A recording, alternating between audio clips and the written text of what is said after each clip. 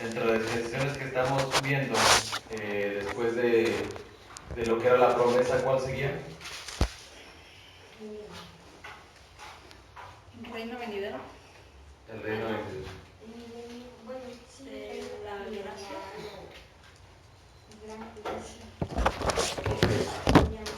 Muy bien, en este periodo, hermanos, es importante mencionar que en Éxodo, posterior a la liberación del pueblo de Israel a través de el instrumento que Dios usó, que era Moisés, posteriormente, cuando estaban caminando por el desierto, Dios le dio instrucciones precisas a Moisés para construir un lugar para que Jehová habitara y fuera adorado por todo el pueblo, ¿verdad?, que fue rescatado. Ese lugar que Dios instruyó a Moisés con medidas exactas e instrucciones precisas se llama el tabernáculo. Ese tabernáculo, no sé si alguien de ustedes ha visto las casas en el desierto, las que utilizan los árabes o las personas que son nómadas, que utilizan para habitar en el desierto, que son como tiendas, no sé si las han visto, como de tela, y se levantan con bordones o con troncos de madera, y a través son atadas con estacas, y esa es la forma en la que habitan en el desierto, porque no pueden de alguna forma quedarse estáticos en un lugar, por cuanto es un lugar desértico y no se puede cosechar, no se puede conseguir alimento fácilmente, entonces se están moviendo.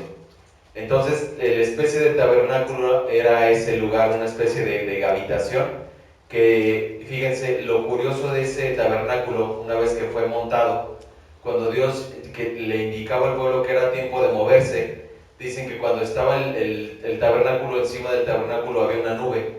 Entonces, cuando la nube se movía a un lugar, entonces los sumos sacerdotes o los sacerdotes se reunían y habían determinado que Dios les había instruido moverse ya en ese momento. Era la señal en que Dios les decía. Amén. Vamos a analizar, hermanos, en esta tarde lo que es el tabernáculo y cuál es su significado y su simbolismo. Es importante que como cristianos conozcamos la primera morada de Dios en la tierra, ¿verdad? Que sabemos que solamente es una sombra, y más adelante vamos a ver por qué es una sombra ese tabernáculo de las cosas espirituales. ¿Sí? ¿Estamos en Éxodo 40? Amén. Amén. Vamos a orar antes de leer la palabra para que Dios nos dé el entendimiento y nos abra el entendimiento también. Póngase de pie, por favor. Cierre sus ojos. Padre, en el nombre de Jesús, Padre Santísimo, Señor. Mira, Padre, hoy clamamos delante de tu presencia, Señor. Te pedimos sabiduría, Señor, si nos hace falta, Señor. Porque, Señor, en el mundo, Señor, solamente aprendemos cosas aberrantes, Padre. Pero mira, Señor, pedimos sabiduría de lo alto, Señor. Que esa trae, Señor, calma, trae vida al corazón del hombre y de la mujer, Padre. Te pedimos que bendiga, Señor, a los hermanos que están aquí presentes, Señor. Mira, Señor, ve levantando, Señor, a tus siervos, Señor, sabiduría, Señor, y consejo, Señor. Te pedimos, Señor, que tu palabra sea lumbrera en nuestro camino, Señor. Que no sea para perdición, sino para bendición, Señor. Sabemos, Señor, que tu Hijo Jesucristo, Señor, vino a enseñarnos las palabras de amor, Señor, las palabras del perdón, Señor. Mira, Señor, te pedimos que tu Espíritu Santo, Señor, fluya en este lugar, Señor, limpia los aires, Señor, destapa los oídos, quita la venda espiritual, Señor, para que ese entendimiento entre, Señor, para que podamos comprender cuál es lo que nos quiere decir en esta tarde, Padre Santísimo.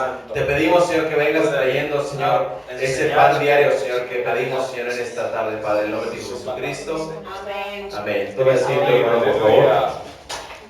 Quiero que por favor me sigan con sus ojos. Vamos a leer Éxodo 40, cuando Dios le dio instrucciones precisas a Moisés de cómo construir el tabernáculo. Posteriormente vamos a analizar cuáles son las partes importantes de ese tabernáculo. Claro que hay medidas, pero hay objetos precisos que Dios le pidió a Moisés que fueran construidos, que fueran forjados. Para las personas que pongan atención, va a haber dulces, va a haber preguntas al final, para que pongan atención de las partes específicas, porque miren, sabemos que, hermanos, no hay mejor galardón, mejor premio que la vida eterna, ¿verdad? Amén. Ocupemos la palabra de Dios para nuestras vidas, para bendición de los que nos rodean. Pero sabemos, hermano, que Dios es un Dios que le gusta premiar a sus siervos. Y bueno, Dios Dios me puso en el corazón traer estos dulces y yo creo que a nadie le caería mal comerse un dulce después del servicio, ¿verdad? Amén. Amén. Hermanos, vamos a leer la palabra de Dios que dice Éxodo 40. Dice, y luego Jehová habló a Moisés diciendo, en el primer día del mes primero harás levantar el tabernáculo de reunión, y pondrás en él el arca del testimonio y la cubrirás con el velo. Meterás la mesa y la pondrás en orden. Meterás también el candelero y encenderás sus lámparas, y pondrás el altar de oro para el incienso delante del arca del testimonio, y pondrás la cortina delante a la entrada del tabernáculo. Después pondrás el altar del holocausto delante de la entrada del tabernáculo de reunión. Luego pondrás la fuente entre el tabernáculo de reunión y el altar, y pondrás agua en ella. Finalmente pondrás el atrio alrededor y la cortina a la entrada del atrio. Y tomarás el aceite de la unción y ungirás al tabernáculo y todo lo que está en él, y lo santificarás con todos sus utensilios, y será santo. Ungirás también el altar del holocausto y todos sus utensilios, y santificarás el altar, y será un altar santísimo. Asimismo, ungirás la fuente y su base, y la santificarás. Y llevarás a Aarón y a sus hijos a la puerta del tabernáculo de reunión, y los lavarás con agua. Harás vestir a Aarón las vestiduras sagradas, y lo ungirás y lo consagrarás para que sea mi sacerdote.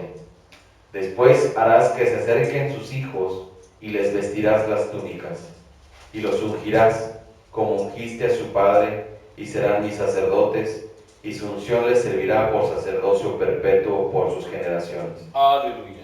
Y Moisés dijo que hizo conforme a todo lo que Jehová le mandó, y así lo hizo. Así, en el día primero del mes primero, en el segundo año, el tabernáculo fue erigido. Moisés hizo levantar el tabernáculo y asentó sus basas y colocó sus tablas y puso sus barras e hizo alzar sus columnas. Levantó la tienda sobre el tabernáculo y puso la sobrecubierta encima del mismo, como Jehová había mandado a Moisés. Y tomó el testimonio y lo puso dentro del arca, y colocó las varas en el arca y encima el propiciatorio sobre el arca. Luego metió el arca en el tabernáculo y puso el velo extendido, y ocultó el arca del testimonio como Jehová había mandado a Moisés. Puso la mesa en el tabernáculo de reunión, al lado norte de la cortina, fuera del velo, y sobre ella puso por orden los panes delante de Jehová, como Jehová había mandado a Moisés. Puso el candelero en el tabernáculo de reunión, enfrente de la mesa, al lado sur de la cortina, y encendió las lámparas delante de Jehová, como Jehová había mandado a Moisés. Puso también el altar de oro en el tabernáculo de reunión, delante del velo, y quemó sobre él incienso aromático, como Jehová había mandado a Moisés. Puso asimismo la cortina a la entrada del tabernáculo, y colocó el altar del holocausto a la entrada del tabernáculo de reunión, y sacrificó sobre él holocausto y ofrenda, como Jehová había mandado a Moisés.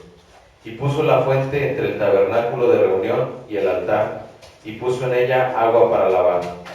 Y Moisés y Aarón y sus hijos lavaban en ella sus manos y sus pies, cuando entraban en el tabernáculo de reunión, y cuando se acercaban al altar, se lavaban como Jehová había mandado a Moisés. Finalmente, erigió el atrio alrededor del tabernáculo y del altar, y puso la cortina a la entrada del atrio. Así acabó Moisés la obra. Entonces, fíjense lo que pasó después. Entonces, una nube cubrió el tabernáculo de reunión, y la gloria de Jehová llenó el tabernáculo. Y no podía Moisés entrar en el tabernáculo de reunión porque la nube estaba sobre él, y la gloria de Jehová lo llenaba. Y cuando la nube se alzaba del tabernáculo, los hijos de Israel se movían en todas sus jornadas. Pero si la nube no se alzaba, no se movían hasta el día en que ella se alzaba, porque la nube de Jehová estaba de día sobre el tabernáculo, y el fuego estaba de noche sobre él, a vista de toda la casa de Israel, en todas sus jornadas. Amén. Vemos cómo, Dios le bendiga, hermano, buenas tardes.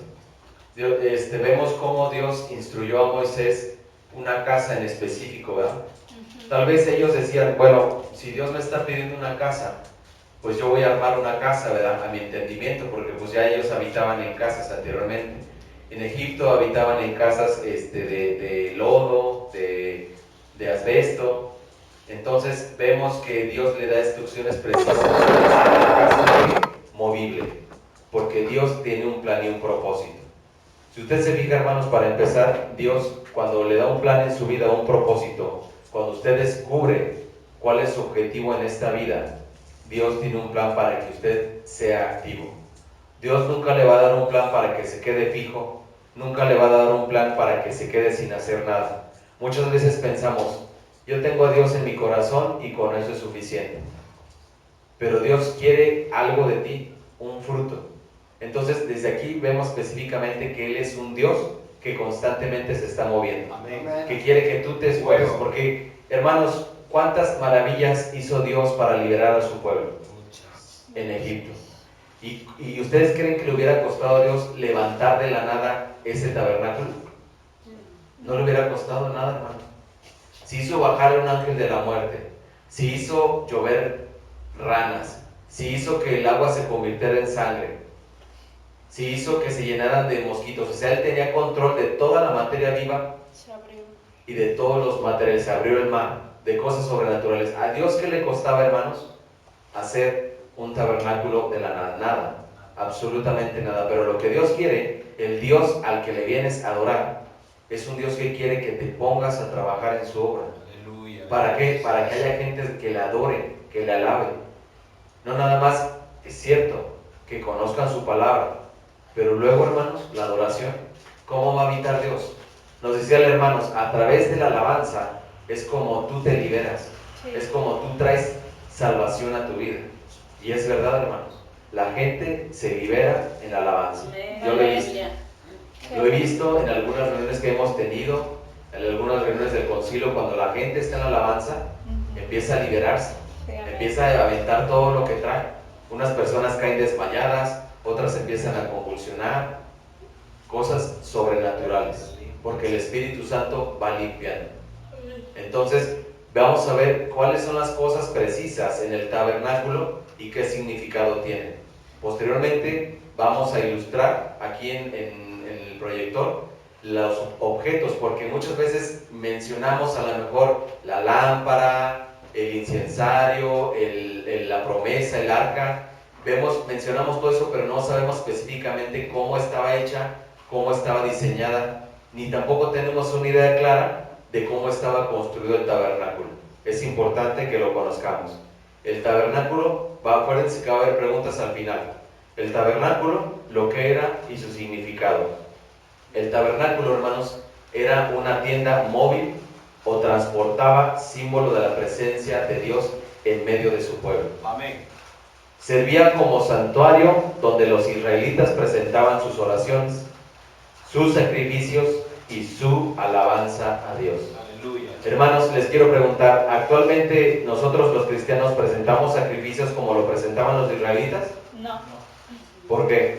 Porque la ley ceremonial quedó abolida, pero la ley moral sigue vigente, ¿es verdad? Entonces, hermanos, el sacrificio como tal era traer un animalito, darle cuello por la expiación de los pecados del pueblo, de una persona. ¿Sí? Entonces, esto es para cultura general para el cristiano. El pueblo de Israel construyó el tabernáculo mientras vagaba en el desierto luego de que Dios los liberó de la esclavitud en Egipto. ¿Cuándo fue cuando lo construyó? Hasta que después de que los liberó de Egipto. Dios les dio instrucciones muy específicas a través de Moisés sobre los materiales a usar y cómo debía de ser. El tabernáculo se construyó con ofrendas voluntarias del pueblo, tal como lo pidió Dios. Todos los que quisieron ofrendar por voluntad propia, por amor a Dios. Sí. Hermanos, esto siempre es típico de cuando empezamos a levantar una obra, es la gente se le invita, se le empieza a tocar su corazón, se le empieza a platicar del proyecto y Dios es quien va a tocar su corazón. Y ya de la voluntad del corazón van a ser, porque es un Dios que tenemos un Dios de ¿qué? De libre albedrío. Hace unos momentos nos platicaba la hermana Mari del evento que tuvimos el domingo pasado de Festiniños, donde varios niños se graduaron y vemos que yo le dije a la hermana, ¿sabe qué Dios me ha puesto? Que usted ore, platique de ese proyecto con gente que no conoce el proyecto y Dios es quien va a tocar el corazón. La hermana puso su voluntad, puso su fe y Dios fue abriendo las puertas, fue tocando corazones y fue voluntad, ¿sí o no, hermano? Amén. Y eso va a siempre ser así. Pero déjenme decirles que a Dios no le cuesta nada haberle dado en su cuenta a la hermana Mari todo lo que necesitaba. Pero Dios siempre quiere incluir a los demás, quiere incluirlos en parte de su obra. Pero nosotros a veces en nuestro corazón endurecido es los que no queremos prestar. Hermano, ¿sabe qué? Lo invito a la alabanza. No, hermano, porque hoy amaneció un poquito dolorido la garganta. Hermano, lo invito a que comparta. No, ¿sabe qué pasa? Pues yo estoy como muy inseguro, yo no conozco de la palabra. Hermano, le invito a que nos ayude a limpiar. No, hermano, pues si yo trabajo toda la semana, ¿cómo tú vas a venir a limpiar? Hermano, no te esté haciendo la invitación el pastor. Si tú has entendido lo que Dios dice en su palabra, es que a través de Moisés le dijo, dile a quién, a mi pueblo. O ustedes vieron que bajó Dios y le dijo a cada una de las personas que ofrendan, no, ¿verdad? Utilizó a un varón. Pues siempre Dios va a utilizar una persona para hacerte llegar el mensaje, que seas partícipe de la obra de Dios. El significado de sus partes, pongan atención. Muchos de los símbolos que encontramos en el tabernáculo eran proféticos. Apuntaban ¿hacia quién? Hacia Cristo. Jesús. Vamos a ver por qué. Porque muchas personas dicen, ¿cómo iban a decir que ahí estaban las indicaciones de que Jesucristo iba a venir? Sí, ahí está. ¿Cómo es? No puede ser. Porque aún todavía hay personas, hermanos, en este tiempo que dicen que Jesucristo no es el Hijo de Dios. Aún y con todas las señales. Aún y cuando viene descrito en la palabra, gente que conoce la palabra dice que Jesucristo no es el enviado. ¿Y saben quiénes son ellos? Los judíos. Y los judíos, hermanos, hace poco platicaba con un varón de Dios y decía, no, es que, ¿por qué critican tanto a la iglesia católica? Le dicen que la gran ramera, que dicen que iba a venir el anticristo. Le digo, no te cargues. Le digo, tú haz lo que te dice la palabra de Dios. ¿Qué le dijo Dios a Pedro? ¿Qué estás haciendo? No, pues tratando de pescar. ¿Y ya pescaste por allá? ¿Trataste de aventar? Pues no te digo que tengo todo el día, no he pescado nada. Bueno, échala para allá. Pero es que, échala para allá. Y la aventó y dice que la red casi se rompía de todos los peces que había pescado. Yo le decía al varón, mira, si a Dios te encontró trabajando, ahí quédate hasta que Dios te saque. Ah, no, pero a veces quiere llegar alguien y sacarte de trabajar cuando ni siquiera te lo envió Dios. Hace poco cuando fui a Cuba, había unas hermanas que estaban en disputa con el pastor. Y yo hablé con el pastor y le dije, ¿qué pasa, pastor? Dijo, no, es que las hermanas dicen que no se está llevando hacia el culto bien, que eso no es correcto, que no es bíblico. A ver, siéntense, hermanos, vamos a platicar. Mira, hermanas, estuvimos orando por la obra de Monte de Dios, que tiene más de 20 años. ¿Y saben qué nos dijo Dios? A través del Espíritu Santo, nos dijo cómo se hicieran las partes del culto. Amén. Ahora, Gracias. si a usted el Espíritu Santo ya le habló, entonces venga y díganos. Pero mientras no le haya hablado el Espíritu Santo, vamos a hacer lo que el Espíritu Santo nos dijo. Hermanos, porque a veces nos enfocamos tanto en la palabra, que a veces nos volvemos como fariseicos. Queremos aplicar la ley de todas. Espérate. ¿Quién es el que sostiene a la iglesia? El Paráclito. ¿Qué dijo Jesucristo? ¿Es necesario que yo me vaya para que baje quién? El Consolador. Hermanos, pero nos falta entendimiento. A veces queremos ser más inteligentes que Dios. Dios mío, ayúdame con este problema. Ok, te toca hacer esta parte. No, Señor, yo hago lo difícil. Tú tienes muchas cosas que hacer. Tú haz lo fácil.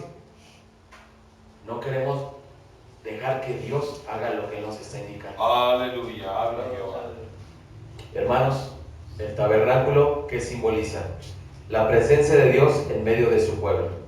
Era donde llevaban los sacrificios y rendían adoración a Dios. ¿Qué era ahí? El tabernáculo.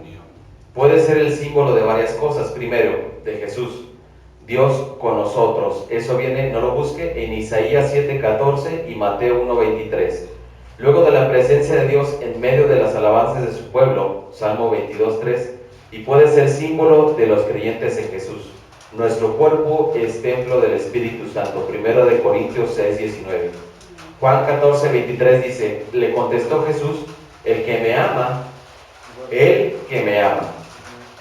obedecerá mi palabra y mi Padre lo amará y haremos nuestra morada en él.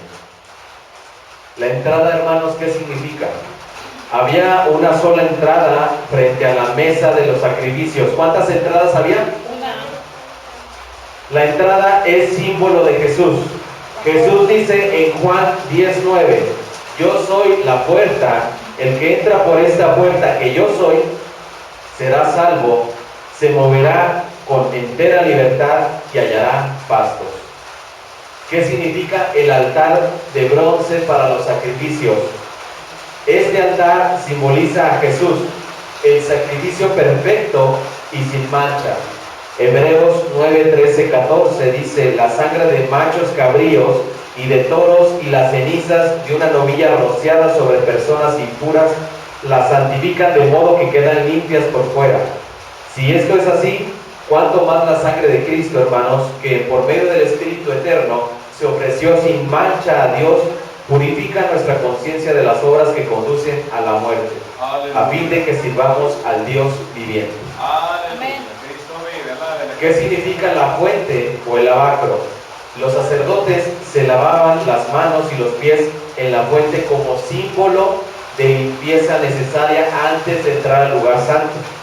Puede ser un símbolo del bautismo, la necesidad de nacer del agua. Juan 3:5 dice, yo te aseguro que quien no nazca de agua y del Espíritu no podrá entrar en el reino de Dios, respondió Jesús. ¿Qué significa la mesa de los panes? Esta mesa servía como recordatorio de la provisión constante de Dios para el pueblo durante los 40 años que vagaron por el desierto. Provisión de alimento, de su presencia y de protección. La mesa también hablaba de Jesús, el pan de vida. Juan 6:35 dice, yo soy el pan de vida, declaró Jesús. El que a mí viene nunca pasará hambre, y el que en mí cree nunca volverá a tener sed. ¿Qué significa, hermanos, el candelabro? El candelabro, también puede ser un símbolo de Jesús, que es la luz del mundo. Juan 8:12 dice, una vez más Jesús se dirigió a la gente y les dijo, yo soy la luz del mundo, el que me sigue no andará en tinieblas, sino que tendrá la luz de vida. También puede representar la palabra de Dios que alumbra vuestro camino.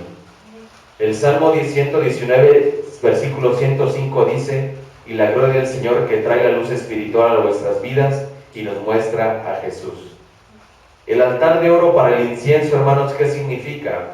Aquí era donde el sacerdote presentaba las oraciones del pueblo ante Dios. Allí intercedía por el pueblo como Jesús intercede por nosotros, por ejemplo en Juan 17:9 y 14:16. Habla también de las oraciones de los santos subiendo ante el trono de Dios en Apocalipsis 8:3-4. Cristo vive. El velo, ¿qué significa el velo? Separaba el lugar santo del lugar santísimo y era muy elaborado y pesado. Habla de la separación entre la santidad de Dios y el pecado del hombre. El sumo sacerdote era el único. ¿Quién era el único que podía entrar ahí? El sumo sacerdote. ¿Al lugar qué? Santísimo. ¿Y el velo que separaba? Lo santo. Del lugar santo al lugar santísimo. Ajá. El sumo sacerdote era el único al que se le permitía pasar al otro lado una vez al año. Este es el velo que se rasgó cuando Jesús fue crucificado en Mateo 21, 50-51.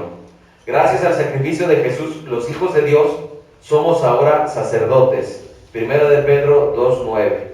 Y podemos acceder a su presencia en cualquier momento a través de ¿qué? De la oración. ¿Podemos acceder de qué forma? De la oración. ¿Al lugar qué? Santísimo. Amén. El arca del testimonio, hermanos. ¿Qué es el arca del testimonio? Era un símbolo de la presencia de Dios entre su pueblo y del pacto que había establecido con ellos. Aleluya. Era el lugar donde el sumo sacerdote ofrecía los sacrificios para la expiación de sus pecados y los del pueblo. El sacerdote rociaba la sangre de los animales sobre el arca, simbolismo de la sangre de Jesús que limpió nuestros pecados. 1 de Juan 1:7. Juan 1:29, Juan el Bautista hablando de Jesús. Aquí tienen el Cordero de Dios que quita el pecado del mundo. Dios dio instrucciones precisas, hermanos, a Moisés sobre cómo debían construir el tabernáculo. Este constaría de dos partes principales, el atrio o patio exterior. Fíjense, va a ser pregunta, ¿de cuántas partes estaba compuesto? Dos partes principales, el atrio, que era el patio exterior, y la tienda o santuario, compuesto por el lugar santo y el lugar santísimo. El pueblo debía construir todo tal y como había dicho a Moisés. Él les recordó esto en diversas ocasiones, como vemos en Éxodo 25:9, Éxodo 40, Éxodo 26:30 y Éxodo 27:8. Dios da mucho valor a la obediencia de su pueblo. Fíjense. Hermanos, Gloria a Cristo, aleluya. antes de pasarle las imágenes y empezar a hacer las preguntas, yo le preguntaba al pastor Emilio, que es nuestro presidente, le digo, pastor, ¿por qué algunas iglesias? Porque a través de los viajes de misiones me ha permitido ir a asistir a diferentes cultos, por lo mismo de que se visitan otras iglesias, ¿verdad? Para ahora sí que estar encendido esa fraternidad entre los hermanos. Y le digo, ¿por qué nosotros empezamos con un versículo? ¿Por qué otros tienen otra parte? Claro que todos tienen lo que es la prédica, tienen su alabanza y pues tienen lo del diezmo y las ofrendas, ¿verdad? Eso es lo básico. Pero el orden en el que están compuestas las cosas, digo, ¿cómo fue que Dios estableció que se leyera Juan 17? ¿Cómo fue Dios que señalara el sábado como el día que Dios quiere? ¿Por qué a las mujeres se les pidió el velo? Yo no entendía muchas cosas. Y me empezó a explicar que eran a través de los ayunos. A través de varios ayunos el Espíritu Santo le fue diciendo cómo fuera instaurando lo que era el culto. Y todas estas partes también tienen un significado, hermanos. Entonces aquí vemos que a Dios le gusta ¿qué? La obediencia. Sí. Hermana Mari, ¿a usted le incomoda el velo? No, ¿Le incomoda usarlo? pues no. Al principio decía Sí, como en que un ¿por qué, principio verdad? sí, claro. en un principio Hermano Lulú, sí. ¿a usted le molesta usar sus faldas como símbolo de adoración, de respeto a Dios? No, es una forma de respeto. Amén. Pastor Miguel, ¿a usted le molesta leer Juan 17? ¿Le incomoda? No, porque es un recordatorio que tiene que estar en el corazón toda la vida. Amén. Hermanos santos, ¿a usted le incomoda que se diezmen los cultos, que se hagan ofrendas de amor? ¿Le incomoda eso? No, hermanito, porque es un mandato de Dios y no de los hombres.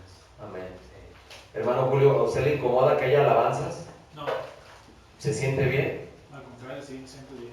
¿Se siente que descansa? ¿Se siente esa comunión con Dios? Sí, como decías al principio, me siento liberado. Viene uno con cargas y es esa parte donde uno más se goza. Ah, ok.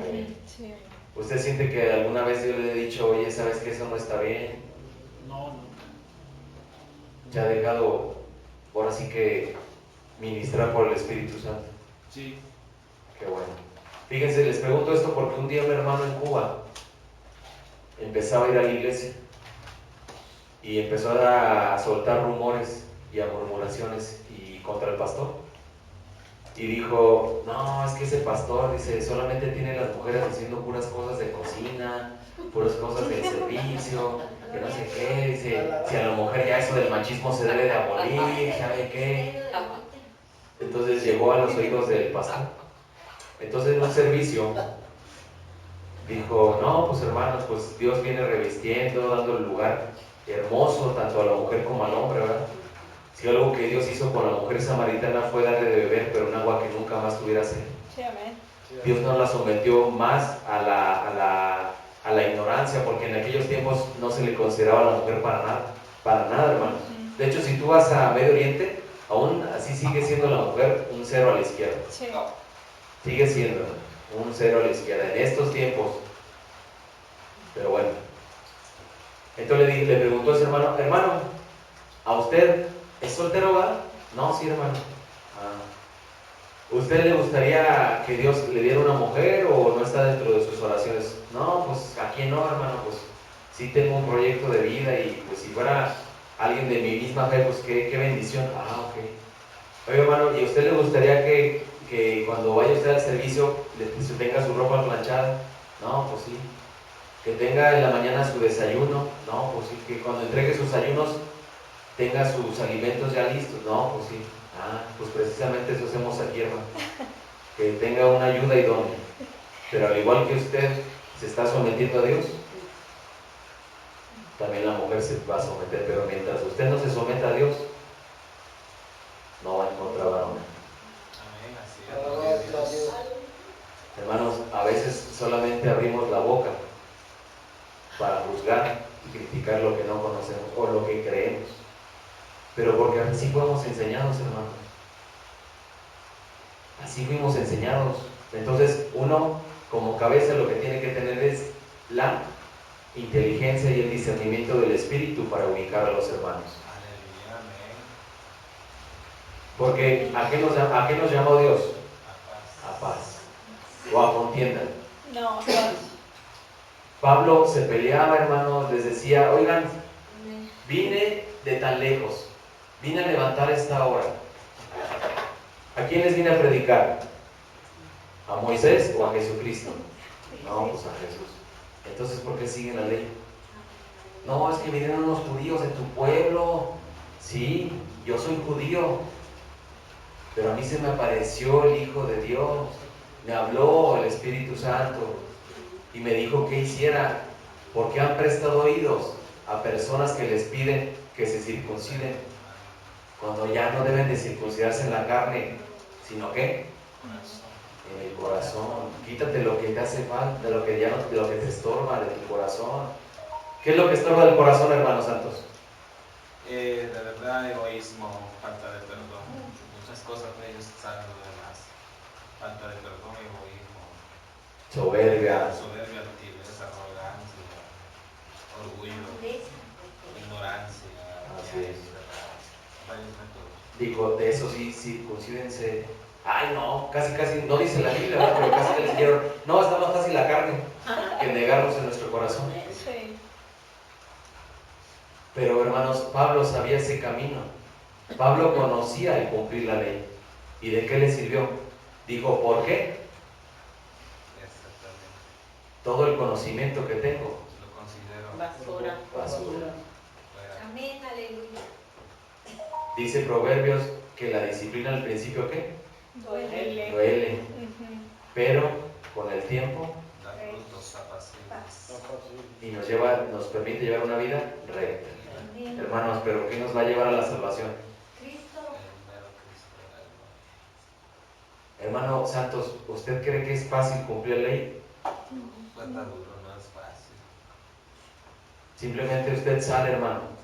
Y tal vez usted, Dios sabe su corazón. Yo no estoy hablando de más, ni mucho menos, pero tal vez usted está pasando una situación económica, pero bien fuerte y bien profunda, hermano. Que sabe con fe que Dios lo va a sacar. Pero usted sale y ve que a un niñito corriendo se le cae un billete de 200, pero no se da cuenta. Y como carne humana, usted puede decir, el niño no se va a acordar ni dónde lo dejó. Mandaron al niño de 5 años solo a la tienda. Puedo agarrar el dinero y Señor, bueno, pues ya bendecirás a sus padres. No quiera Dios. Hermanos. Cristo de inmediato, hijito, ven para acá, mira. Amén. Amén. Te van a pegar si no lo llevas. le digo. Así es. Pero estamos expuestos en un cuerpo de carne, ¿verdad? Sí, claro. Y mientras estemos expuestos en un cuerpo de carne, no vamos a poder cumplir la ley. Nos vamos a afligir. Nos vamos a afligir. Por eso es mejor apiadarnos de quién? Del Cordero, de la gracia. Porque solamente Él nos va a dar lo que nosotros no podamos alcanzar. Mira, Señor, yo con todo lo que he hecho no alcanzo, Señor. Pero la gracia, que es una porción extra, inmerecida. Acuérdense, inmerecida, porque luego dicen, es que ustedes los cristianos nada más con la gracia ya quieren justificar todo. No, sabemos que la gracia es inmerecida. Si no lo sabemos, hermanos. Sí, amén. Sabemos que la gracia es inmerecida. Y con esa gracia inmerecida esperamos que tengamos un abogado en el cielo. Amén. Sí, amén. Ok. Hermanos, vamos a pasar a las preguntas. Permítanme un segundo.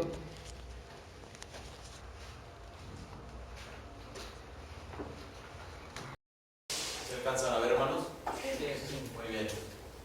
Vemos que esto es como finalmente quedó diseñado, ¿qué? Tabernáculo. El tabernáculo. Al principio vemos quién. La puerta. La puerta. Después, ¿quién se acuerda qué es esto? El altar de bronce. ¿El lugar de oración? El altar de bronce. El altar de bronce. Después, La fuente. la fuente. Y después, El templo. el templo. El lugar Pero santo. el templo estaba dividido en ¿cuántas partes? Dos. En dos. ¿Cuál la se llama una parte? El lugar santo. Santo. ¿Y el segundo? El lugar santísimo. Muy bien. Ahora sí, levante su mano, por favor. Levante su mano porque voy a preguntar lo siguiente. La entrada, hermanos, ¿qué significa o qué significado tiene en Cristo? ¿Quién me lo dice? ¿Hermano? Amén. Ya se ganó su dulce. Amén. ¿Esto qué es, hermanos? Hermana. Hermano Adonai. El altar. ¿De? ¿De qué tabernáculo? No, ¿de qué No. material? Hermana. Ah, de bronce. El altar. ¿Y qué hacían ahí? Sacaban ponían un sacrificio para Dios. Ajá, pero ¿qué tipo de sacrificio? Un cordero. Macho, Macho cabrío. cabrío. ¿Y qué simbolismo tiene con Cristo? Para perdonarnos por nuestros pecados. Amén. Tenía el símbolo del Cordero de Dios. Entonces llevamos ¿cuántos objetos? Dos. Dos. La puerta, El altar de bronce. que era esta parte, y después el... Altar de bronce. Así es como se cree que fue diseñado el altar de bronce. ¿Sí? Después, ¿esto qué es? La fuente. Levante su mano. Hermana Coco. Se llama también lavacro. Ajá. La fuente. Ok. ¿Y qué simbolismo tenía esa fuente? Era donde se lavaba el sacerdote para santificarse, porque dice que también simboliza lo que viene siendo, se puede decir que es el bautizarse. Ok. ¿Y el que no nace de qué? Del agua, el que nace del Espíritu. No puede ver el reino de los cielos. A ver, hermanos santos, ayúdenle. El que no nace. El que no nace de agua y de espíritu No puede ver el ver. reino de los cielos. Ok, ahí está. Muy bien. San Juan capítulo 3. ¿Esto qué es? Levante su mano. Los panes y La mesa de los panes. La mesa. Y esos panes parecen más galletas porque están así aplastados, hermana María. Porque es el pan de vida. Es el pan de vida, pero ¿por qué están aplastados? A ver, alguien que le ayude a la hermana Lulú. Porque no tiene lavadura. ¿Y por qué no tiene levadura? A ver, alguien que le ayude. A ver, hermana Coco. Porque es cuando el pecado, ¿no? Algo simboliza. No, pues le estoy preguntando, no como me preguntan a mí. Es que cuando no, es que Es el pan no sin puede- levadura. Cuando no hay levadura, sí, cuando la levadura leuda la masa. Ajá, la infla. La infla, entonces ahí es donde manifiesta el pecado. Sí, porque lo que es la levadura ahora sí que Representa muestra lo nuestro que no pecado. es real, ¿verdad? y vamos a decirlo así, el pecado, cuando hay una especie de pecado en nuestra vida, contamina, ¿verdad? No es algo real. Simboliza como que estamos inflados. Estamos inflados, exactamente. ¿Cuántos panes hay? Levante su mano. Ya casi todos se ganaron dulce. Falta más el hermano Julio. Diego, ¿cuántos son? 10. No, No sé. 12. ¿Por qué, hermano? Significando los 12 apóstoles. Bueno, eso es en el Nuevo Testamento, pero los 12 apóstoles que simbolizaban Las 12 tribus. las 12 tribus de Israel. Muy bien. Eso es como se cree, lo más apegado a como se cree que estaba hecho el tabernáculo, ¿eh? Lógica, todo eso. ¿Cómo se llama? Levante su mano. Ya no más falta Diego y el hermano Julio de que se ganen su paleta y el pastor.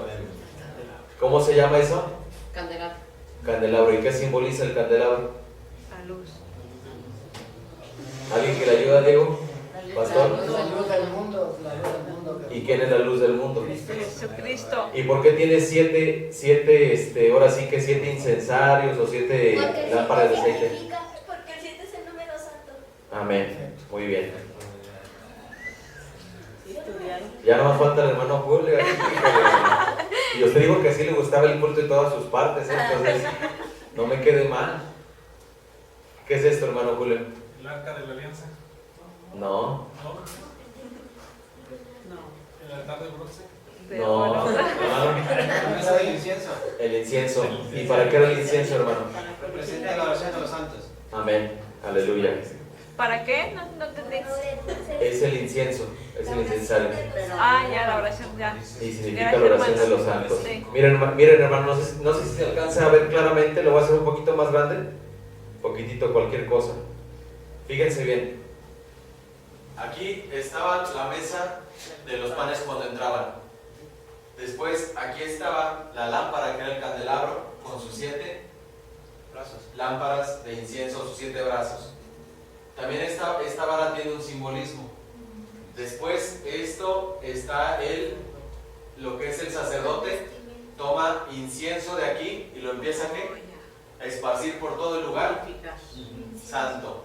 Y después, ¿qué es esto? El velo.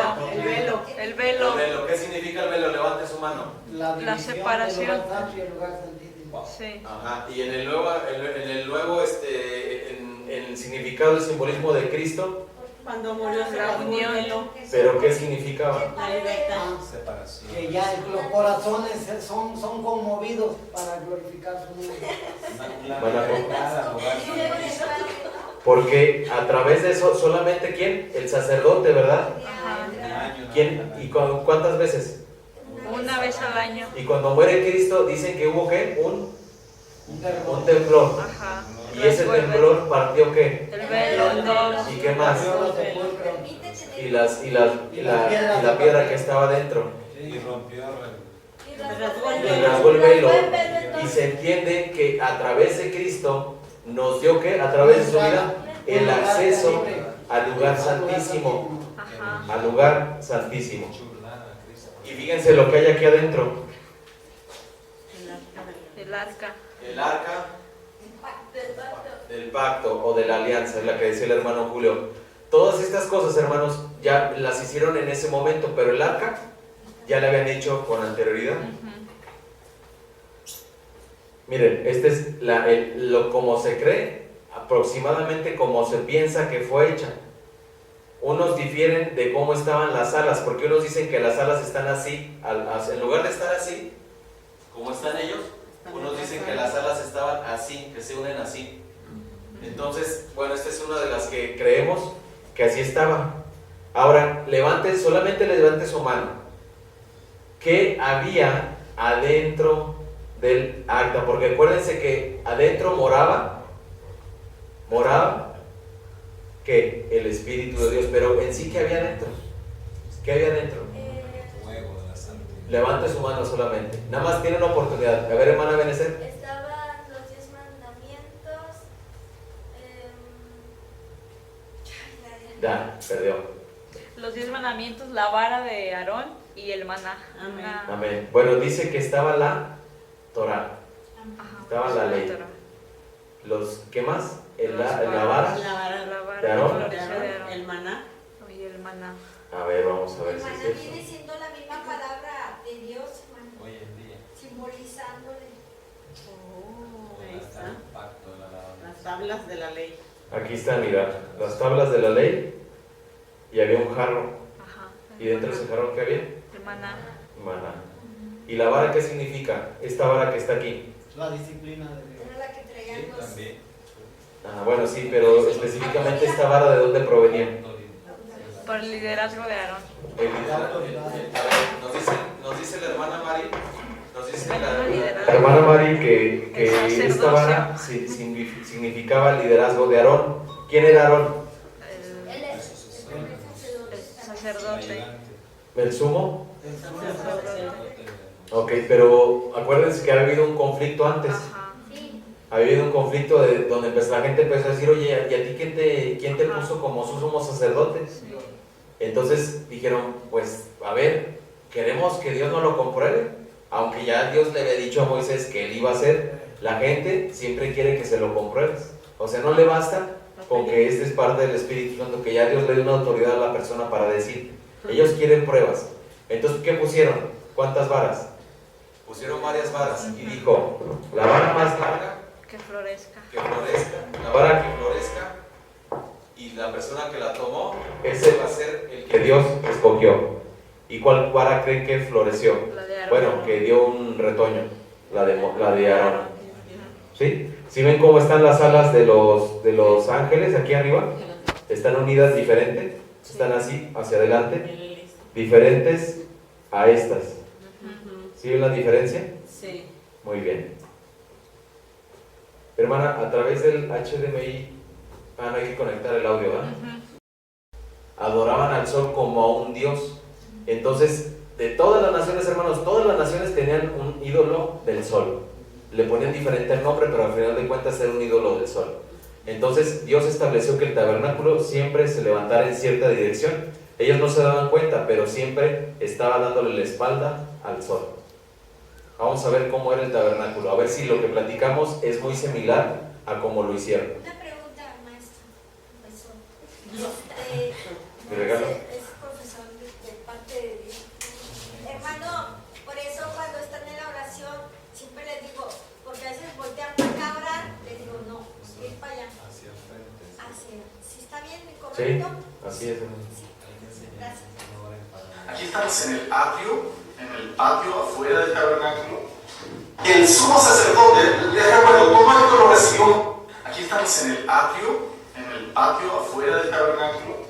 Esto es el altar de bronce, donde se hacían todos los sacrificios. Todos los sacrificios se hacían aquí. Y los sacerdotes tomaban los animales, la gente los traían. ¿Me puedes seguir por acá? Traían acá. Y ponían aquí todos los animales para el holocausto, el sacrificio. Aquí se quemaban y salía obviamente todo el humo hacia arriba. Posteriormente, el sacerdote tenía que ir al lavacro, que es este lugar que está acá.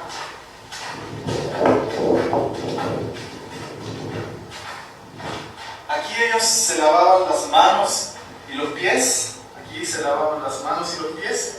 Y luego podían entrar a ministrar al lugar santo, que es donde vamos a ir ahora a mirar. Síganme por favor al lugar santo.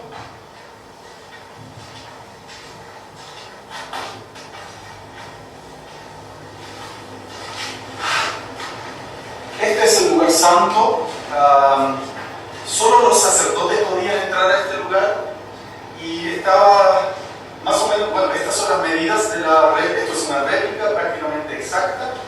Y en el lugar santo lo primero que encontramos es la mesa de los panes de la proposición. Podríamos detenernos en cada uno de estos detalles y estar horas conversando, porque todo esto tiene un simbolismo muy muy profundo, pero solo por ahora, por no hacer un video tan largo, quiero decir que todos estos símbolos apuntan a Jesucristo. Todo apunta a Jesús. Esto era hecho con madera de acacia y recubierto en oro, como la mayoría de los utensilios aquí adentro. Y estaban los 12 panes, que también representan las 12 tribus de Israel, y esto estaba en el lugar santo. También en el lugar santo estaba la menorá o el candelabro. Esta estaba hecha completamente de oro, oro puro, y aquí estaban las llamas de la menora, del candelabro, que son lámparas de aceite. Entonces esto tenía que estar encendido aquí en el lugar santo en Israel, en el campamento. Luego, por último, el tercer elemento importante que tenemos en el lugar santo es el altar de incienso. Aquí el sacerdote, con todos estos utensilios, quemaba el incienso. Pueden ver acá, molía seguramente todo, con estas cositas así. Entonces, trabajaba el incienso probablemente aquí, con estas varas y cosas, lo manipulaba y luego aquí había fuego y lo encendían. Entonces aquí salía todo el incienso que llenaba este lugar y era un aroma dulce y un aroma agradable en este lugar. ¿Por qué estas esquinas están rojas? Porque en el día de Yom Kippur, en el día del perdón, que era una sola vez al año, el sumo sacerdote ungía todos los utensilios con la sangre de los sacrificios que estaban allá afuera. Antes de pasar a un lugar muy importante, que es el que está detrás de esta cortina, que es el lugar santísimo, les quiero presentar a los sacerdotes, ¿ok? Los sacerdotes venían primero que todo de la tribu de Leví. Recuerden que Israel tiene 12 tribus, una de esas tribus es la tribu de Leví, y de ellos venían los sacerdotes. Este representa a uno de los que viene de esa tribu y se vestían de esta manera. Los sacerdotes llevaban esta vestimenta y eran los únicos que tenían permiso para ministrar aquí en el tabernáculo y en el lugar santo. Pero dentro del linaje de los sacerdotes hay otro linaje que es el que viene de Aarón, y ellos eran los sumos sacerdotes. Sumo sacerdote era un personaje muy especial, había uno solo, y él era el único que tenía permiso para entrar al lugar santísimo que está detrás de esa cortina. El lugar santísimo representa la mismísima presencia de Dios, el trono de Dios, la habitación de Dios, el lugar de Dios. El sumo sacerdote, tenía este pectoral con 12 piedras, todo esto se lo instruyó Dios a Moisés, y llevaba las 12 tribus de Israel escrito, el nombre de las 12 tribus de Israel lo llevaba aquí escrito en su cuerpo, acá en los hombros también. ¿Y qué significaba esto? Significa que él es un intercesor, es decir, el sumo sacerdote representa para el pueblo, representa a Dios, pero cuando viene a presentarse ante Dios, representa al pueblo. Se entiende, es un mediador, es una figura que está entre Dios y el pueblo de los hombres. Por eso decía hace un rato atrás que todo apunta a Jesucristo, porque todo esto es solo un modelo que Dios otorgó, que describía y que describe lo que es en realidad en el mundo espiritual de Dios, en lo eterno, en lo que permanece para siempre. Jesús entonces es nuestro sumo sacerdote, y lo dice también el libro de los Hebreos. Este hombre, el sumo sacerdote, también tenía aquí en su frente esto que quiere decir santidad a Dios, santidad al Señor, o también podríamos traducirlo como apartado para Dios, separado para Dios, o le pertenezco a Dios, algo que es sagrado, apartado para el Señor. Esta era la vestimenta del sumo sacerdote. Ahí abajo tenía unas campanitas que cuando el sumo sacerdote caminaba se escuchaba y se sabía que el sumo sacerdote estaba caminando. Como dije antes, él era el único que una sola vez al año, en el día del perdón, en el día de Yom Kippur, él podía entrar por esta cortina, era el único que tenía permiso para entrar, y él venía acá a lo que conocemos como el lugar santísimo. Y en el lugar santísimo, que era de estas medidas, en el lugar santísimo estaba el arca del pacto. El arca del pacto era también hecha de madera de acacia, recubierta en oro. Y dentro del arca, porque esto es una tapa cubierta, estaban también las tablas de la ley y la vara de Aarón, etc. Hay cosas que podemos aprender más si estudiamos el Pentateuco, los primeros 5 libros de la Biblia, o la Torá, como es el nombre correcto. Los querubines que estaban sobre el arca, y el sumo sacerdote, les recuerdo, todo esto lo recibió Moisés en el monte Sinaí como un diseño de Dios. Dios le mostró y le habló y le enseñó cómo tenía que construir el tabernáculo. Sobre el arca, aquí cuando era el día del perdón, el día de Yom Kippur, el sumo sacerdote entraba y esparcía la sangre, y eso significaba que Dios perdonaba o cubría el pecado del pueblo. Entonces podemos ver en todo esto el simbolismo de Jesucristo. Todo apunta al Señor Jesús como aquel que entregó su sangre por nosotros para pagar por nuestro pecado, pagar por nuestra maldad y cubrirnos y librarnos y abrirnos la puerta para entrar a la presencia de Dios. Ok, el día, vamos a ir al lugar santo ahora. Podemos mirar, dar una vuelta pequeñita para que más o menos se imaginen desde allá cómo era este lugar. No es un lugar tan grande, sino que es una sala de unos cuantos metros. No es un lugar tan grande, pero así eran las medidas del lugar santísimo. Volvamos al lugar santo ahora. Y desde aquí les quiero decir, como dice la Biblia, en el Nuevo Testamento nos dice que cuando Jesucristo murió en la cruz, el velo del templo se rasgó en dos, de arriba hacia abajo. Se rasgó y el lugar santísimo, que hasta ese día solo el sumo sacerdote podía entrar y ver lo que allí estaba y estar en el arca y en la presencia de Dios, ese lugar santísimo ahora tiene un camino y una puerta abierta, y ese camino es Jesús. Es el camino para que podamos entrar a disfrutar de la presencia de Dios y estar cercano a Él. Yo no sé si tú lo has experimentado, si lo has vivido, pero quiero asegurarte que en Cristo hay un camino y hay una puerta para entrar y estar en ese lugar santísimo. Si nunca has estado allí, te invito a buscar al Señor y a través de Jesucristo poder disfrutar de lo que es estar en la misma presencia de Dios. Ok, esto es entonces el lugar. Es un ejemplo de lo que Dios quiso instaurar. O sea, Él quiso instaurar el reino de los cielos aquí en la tierra. Entonces es como una proyección. Aquí entra lo que es la física, entran otros conocimientos, como una proyección de lo que fuera, como si yo estuviera aquí parado en esta dimensión, hermanos, pero lo único que se ve en la otra dimensión es mi sombra. Es algo así, un ejemplo de lo que lo real, lo espiritual está en el cielo, y eso espiritual que no vemos es un reflejo de lo que está ahí construido.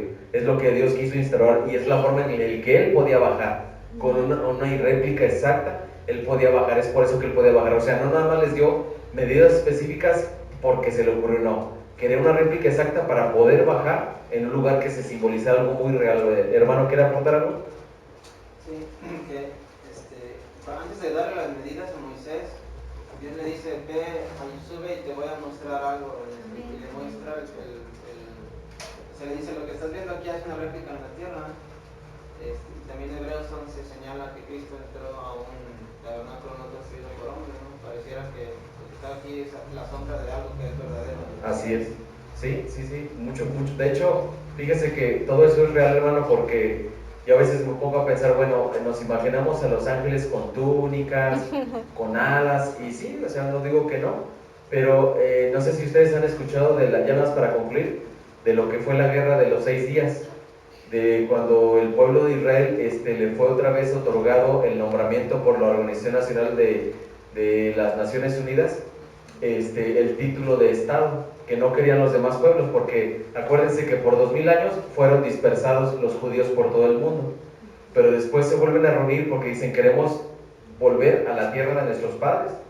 Y entonces a través, ¿saben cuál usó Dios el medio? Tristemente fue ese el medio, pero por el pecado también del pueblo judío, fue lo que fue el holocausto. A través del holocausto empiezan a mirar que los judíos fueron perseguidos y que no tenían una nación a donde llegar. Entonces es por eso que se les regresa el título del pueblo, pero obviamente los árabes, todo lo que son los palestinos, que anteriormente eran los filisteos, pues no, tenían siempre choque, tenían pelea, tenían disputa. Y dicen que esa guerra se unieron 6 ejércitos árabes contra una sola nación que era Israel, que eran bien poquitos. Dicen que tenían 600,000 soldados para destruir así al pueblo de Israel en 1946. ¿Y saben cuántos soldados tenía Israel? 60,000. O sea, lo superaban en cantidad. Y dicen que en esos 6 días Dios libró a su pueblo de la muerte. Y en 6 días destruyeron toda la potencia en naves que tenían los árabes. Y empiezan a contar cómo fue cada cosa. Dice que murieron más de 60,000, no, más de 600 murieron 60,000 soldados árabes y solamente murieron 777 varones de Dios, solamente, y vencieron. Y después de eso empezaron a conquistar más pueblos, porque el que gana la guerra tiene derecho a conquistar, y fue que conquistaron más territorio del que se le había dado. No, se le había dado un pedacito así, y a través de esa guerra volvieron a tomar otra vez territorio. Entonces, a lo que voy, lo que dice el hermano es que en esa guerra hubo milagros. Cuentan dos prisioneros árabes que estaban a punto de matar a prisioneros judíos que se habían estrellado en una nave.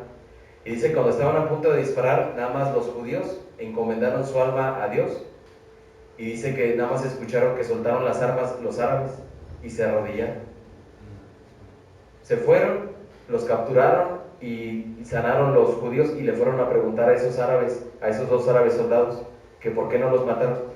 Dijo, cuando estábamos a punto de dispararles, de repente nos vimos rodeados de muchas personas fuertemente armadas, con armas tan potentes que soltamos las armas. Entonces lo que dice el hermano es real. Hay muchas cosas, muchos avances. No voy a hablar del término tecnología porque no lo conozco, pero sí hay muchas cosas, hermanos, tan reales, tan innovadoras, tan fuera de nuestro alcance, de nuestro conocimiento, que están allá, y muchas han venido a hacer reflejo aquí en la tierra. ¿A través de qué? De la enseñanza de la sabiduría de Dios. ¿A través de quién? De las personas que Dios ha escogido. Entonces es cierto lo que dice el hermano, le muestra cómo es que Moisés escribe el Génesis, si él no tenía ni conocimiento de cómo había sido el inicio, todo. ¿Sí, hermano? Perdón, sí, bueno, sí algo iba a decir usted, pero sí, precisamente era lo que le iba a compartir, que por qué 40 días en ayuno, estando en ayuno, por qué otros 40, fueron 80 días. Es restauración en la Biblia. Pero dice que el Señor tuvo una visión, o sea, Dios ahora sí que él se estaba memorizando todo lo que el Señor le estaba mostrando, hasta las mismas medidas, todo lo que iba a ver, todo, o sea, Dios, por eso dice que cuando él bajó, él no había comprendido aún, cuando le mostró la visión del tabernáculo, o sea, él bajó corriendo en la segunda parte. ¿Por qué? Porque sabía que su pueblo ya había pecado, ¿se acuerdan cuando estaba con lo del becerro? Pues él bajó corriendo porque estaba preocupado, porque él iba a la vez contento para que hubiera una manera de que el pueblo de Dios, sus pecados fueran perdonados, ¿verdad? A través de construir el tabernáculo. Pero era lo que usted decía, aún no había entendido él que lo que Dios le estaba mostrando era el tabernáculo, que es sombra de lo que, o sea, es la sombra de lo que está abajo, o sea, a lo que realmente es real, que es lo que usted compartía. Así es, como por ejemplo el sueño, o ¿cómo le diremos? Y la visión que tuvo el profeta, no me acuerdo cómo se llamaba, Ezequiel, donde ve unas naves, ¿no? Y mucha gente, bueno, ya teólogos se han enfocado a diseñar ese tipo de nave espacial, pero ya son cosas que pues, miren, está bonito a lo mejor conocer, pero algo que me traiga así como que de bendición para mi vida, como decir, mira hermano, ¿qué es Jesucristo? Él tiene naves superpotentes y todo eso. O sea, no me va a servir de mucho. Es bueno para el que quiere ya meterse más en los temas, es bonito conocer. Pero realmente lo que nos debemos saber es cuál es el plan de Dios que tiene para la vida de cada uno de nosotros. Y la segunda, ¿quién es Dios? O sea, que conozcas quién es Dios, sus cualidades. Es lo que quiere. Porque acuérdate que en el mundo hay mucha idolatría, y esa idolatría también tiene cualidades. Entonces nosotros tenemos que conocer a nuestro Dios para demostrarle las cualidades que tiene nuestro Dios, ¿verdad? Muy bien. Aleluya. Dejo este lugar para la persona que está